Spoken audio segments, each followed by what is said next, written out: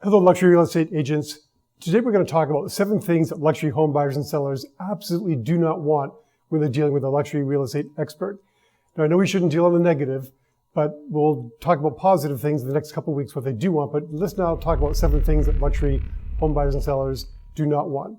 First of all, number 1, they can't stand poor service. Understand they became wealthy by giving great service to their own businesses and professions. They have high expectations and they want them met. And they really get annoyed at poor service and have very little patience for it. Number 2, they can't stand complacency and inefficiency.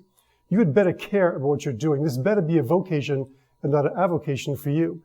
Show that you care by repeating what the sellers and buyers say to you so that you can be sure they know you understand and that you're on the same page with them. Have passion for what you do.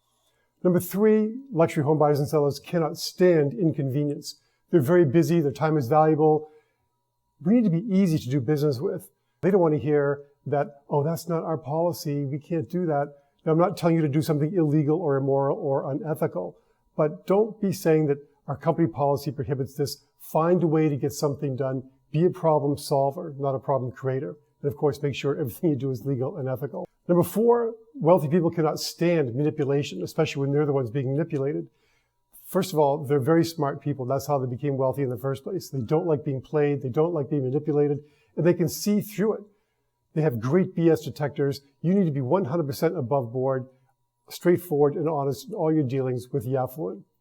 Number 5 is they don't like it when you don't hear them, when you're not listening to them.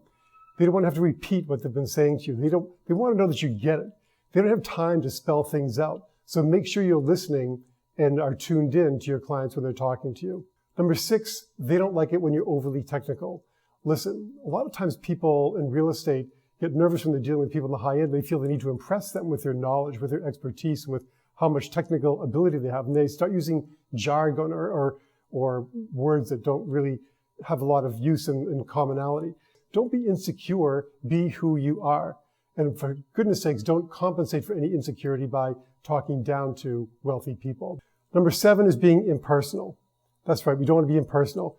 Everything is personal to them, and it better be for you as well when you're dealing with a high-end buyer or seller of real estate. Be involved, be careful about what you delegate, and if you do delegate, make sure you're overseeing and you're visible and on the front line so that the wealthy person can see that you're absolutely involved in the whole process. Think about the maitre d' at a restaurant or the conductor at an orchestra. They're very involved, they're very visible, they're not actually doing the actual work that's taking place at the concert or in the restaurant, but they're on top of everything, they're watching everything, they know what's going on, and nothing falls through the cracks. In conclusion, understand that people in the high end have high expectations. We need to work to exceed them. We need to teach them what their expectations should be, and we do that by having processes with our business, as we talked about in earlier videos. So anyway, you have a process, meet their expectations, exceed expectations, and you won't disappoint your high net worth individuals. One more reminder, if you have ordered my book, don't forget that you get a 20-minute consulting call via telephone. Fill out the form and fax it to me. And any questions, come to my blog or email me at jack@jackhoughton.com. Until next time, make it a great week.